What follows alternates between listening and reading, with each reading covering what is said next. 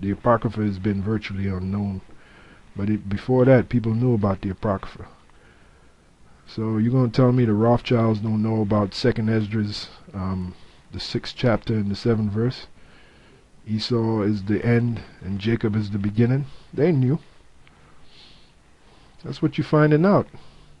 You're finding out that these devils have always known the truth. You cannot teach a lie unless you know the truth. Only for the last 120 years has the Protestant church rejected these books and removed them from their Bibles. This has left most modern day Christians believing the popular myth that there is something Roman Catholic about the Apocrypha. Yeah, they demonized it. To this day, our people that's in these so-called churches, they haven't got a clue about the Apocrypha. Yet it was part of the Bible. We just read it up here. This is, however, no truth in that myth, and no widely accepted reason for the removal of the Apocrypha in the 1880s. Has ever been, let's read that again. There's, however, no truth in that myth, and no widely accepted reason for the removal of the Apocrypha in the 1880s. Has ever been officially issued by a mainland Protestant denomination. So they're saying basically that there's no plausible reason why the Apocrypha was taken out, but we that know the truth, we know why the Apocrypha was taken out. Number one, because the so-called white man is the devil.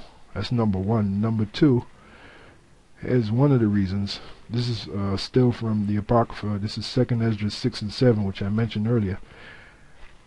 This is what Esdras asked the Heavenly Father via that angel. It says, "Then answered I and said, What shall be the parting asunder of the times? Or when shall be the end of the first, and the beginning of it that followeth? And he said unto me, From Abraham unto Isaac, when Jacob and Esau were born of him." Because it's all about Jacob and Esau. "Jacob's hand held first the heel of Esau. For Esau is the end of the world, and Jacob is the beginning of it that followeth." So all one has to do is find out who Esau is and find out who Jacob is, and pretty much they know the future. So this bit of information here, the elites of Esau, they could not have that getting out. So that's one of the reasons why they took the Apocrypha out of the Bible, because it was too explicit. Another reason is dealing with the Hebrew, which I just read earlier. That too is in the Apocrypha. And plus, the very word Apocrypha, if you go back to Norman Omen, which means name prediction, the very word means sent away, hidden. So by them doing that, the name Apocrypha was fulfilled.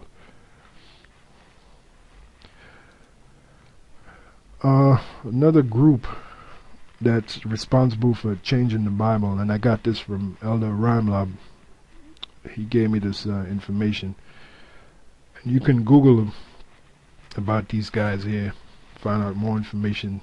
It's a group named the Masoretes, which were so-called Jews that had a hand in changing, well, they had the main hand in changing the scriptures.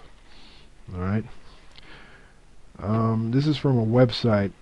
Let's see if I can find the I have to go and check my mail to see if I find the address, but this was given to me by Elder Ramlov. Anyway, I'll read it. It says, "A good example is found in Isaiah 56, where the Masoretes changed the Septuagint's Greek word for kinsman stranger, allogenes, or allogenes, to the counterpart of a Hebrew word that refers to the serpent seed, who have no kinsman redeemer.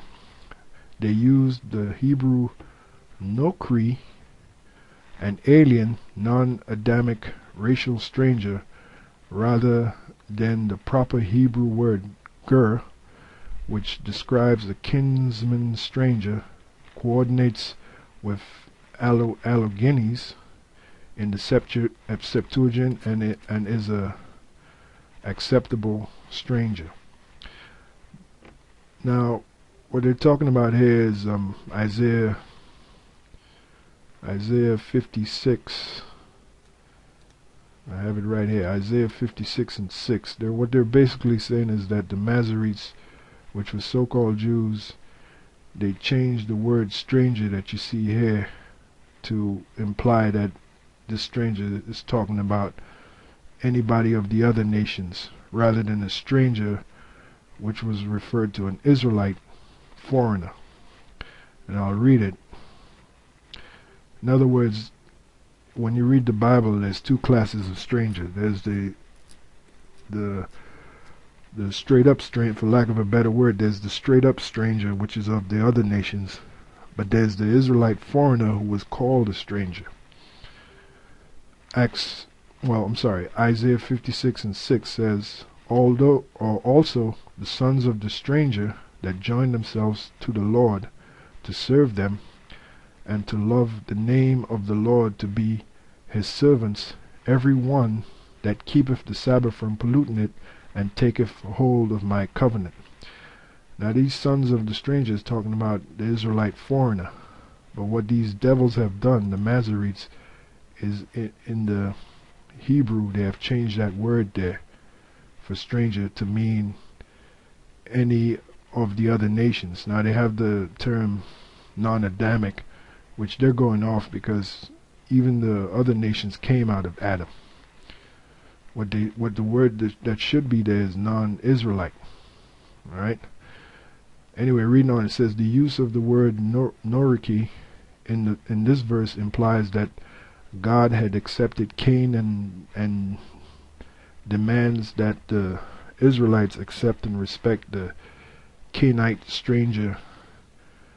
Cain is just another word that they have there. It's what they have there, but this is implying the other nations. In other words, the Most High now have accepted the strangers, meaning the other nations, to come and be a part of his temple, which is Israel, and demands that the Israelites accept and respect the Canaanite stranger, whereas God had told Israel to utterly slay them whenever they were found in the promised land.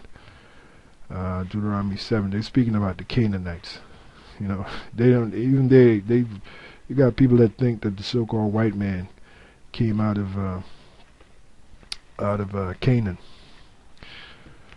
which is madness in itself. The so-called white man are the Edomites. The Canaanites are the Hamites. Alright? Canaanites come out of the seed of Ham. The so-called white man comes out of the seed of Shem, the Edomites. And God told Moses that if Israel did not utterly destroy them, he would do unto Israel as he thought to do unto them. Numbers 33:55-56. Whereas the Septuagint stated it correctly, the Masoretic text changed it to accommodate the Jews. They're talking about the so-called Jews, which are of another nation. They're the Edomites, who knew that they themselves were Nokri. Meaning the word Nokri here. Now I'll show you, because I have some examples. The word that they put in there in Isaiah 56 and Isaiah 56 and 6. I'm sorry. The word that they put there for strangers is nakar, which means of the other nations, and I'll show you that. But let me finish read this. So I know you're probably scratching your head, what is he saying? But it'll all make sense in a minute. Complete reversal of the purpose of God resulted from the Masoretes injecting this wrong word in Isaiah. Remember, the Masoretes were Edomites, so-called Jews, and Strong's failure to take his research back to the Septuagint Greek or original Hebrew text. Now, Elder Todd did a video on the Septuagint. Basically, it was a book filled with flaws in it. So we're not concerned about the Septuagint Greek right now. We're really concerned about the Hebrew, because Hebrew is our language anyway. So now, let's take a look at this Isaiah 56 and 6 in Hebrew. Here's the word that they added over here. Ha. You're looking at this ha, nakar. Now, the word nakar, when you look it up, it means of another nation. Of another nation, not an Israelite foreigner, but of another nation, like a Hamite or Edomite or Ammonite, Moabite. So they're trying to say, according to this verse, Isaiah 56:6, they're trying to say that the sons of the strangers, it is wa banya ha nakar, sons of the strangers. They're trying to imply that that's talking about all the other nations. And this is the word that the Masoretic text, remember the Masoretes, this is what they have added, ha nakar. I'll show you what should be there. There it is again. So I have isolated it so you can see. Ha nakar is what they added. That's what that verse was talking about. But they call it nokri. But in the Hebrew is nakar. You see it over here. See? Let me show it to you solo. Nakar. Of the stranger, nakar. This is what they added. Here's the definition. Foreign, alien, foreignness, that which is foreign, foreignness, foreign gods, alien, foreigner, foreign. Meaning of the other nations. Like I said, the Moabites, the whatever, Edomites, they can all join the Lord now. And again, like I told you, the reason why the elites do that, the elites of Esau, because they're trying to get back their birthright that they lost to our forefather Jacob. So they added that word in there. Now, let me give you an example of what the word that should be there. This is found in Leviticus 20:2. It says, "Again thou shalt say to the children of Israel, whoso he be of the children of Israel, or of the strangers that sojourn in Israel, that giveth any of his seed unto Molech, he shall surely be put to death. The people of the land shall stone him with stones." Now, those strangers that is talking about is Israelite foreigners. And how we know? Because the proper word in the Hebrew is there. Let's go to the Hebrew. Here's the word right here. Ha-ga. Ha-ga. Now remember when we read in the excerpt here, the proper word they said was ger. Here it is right here. Rather than the proper Hebrew word ger, which describes a kinsman, stranger, coordinates with allogenes in the Septuagint, and is an acceptable stranger. Meaning what? An Israelite foreigner. Because that's really what Isaiah 56:6 is talking about. The word, instead of nakar, the word gar should have been there. Let's go back to, and that's why I use Leviticus 20:2 as a example. Alright, to show you in the Hebrew. You don't have in the Hebrew for Leviticus 20:2, meaning stranger, you don't have the word nakar there. You have the word ha, meaning the, ga, meaning Israelite foreigner. Ga means Israelite foreigner. So that's the word that should have been there in Isaiah 56:6. And these damn Masoretes knew that. But being the devil, they changed it and they put that word nakar, which instead of ga. There's a big difference between ga and nakar, alright? It is right here. It is right here. This is from Leviticus 20:2. You see the word there, strangers, ga. I solo it so you can see it. It is strangers, ga. And let's read the definition of gar. Again, this is all from the Blue Letter Bible, which the Blue Letter Bible is, it's written in the Masoretic text, so even there you have bones. So that's why you have to be learned. That's why you have to be taught pursuant to Isaiah 54:13. You can't just pick this up by yourself. You have to be taught. And the Spirit of Yahweh Shem Yahushua have to be dealing with you for you to fully understand this thing.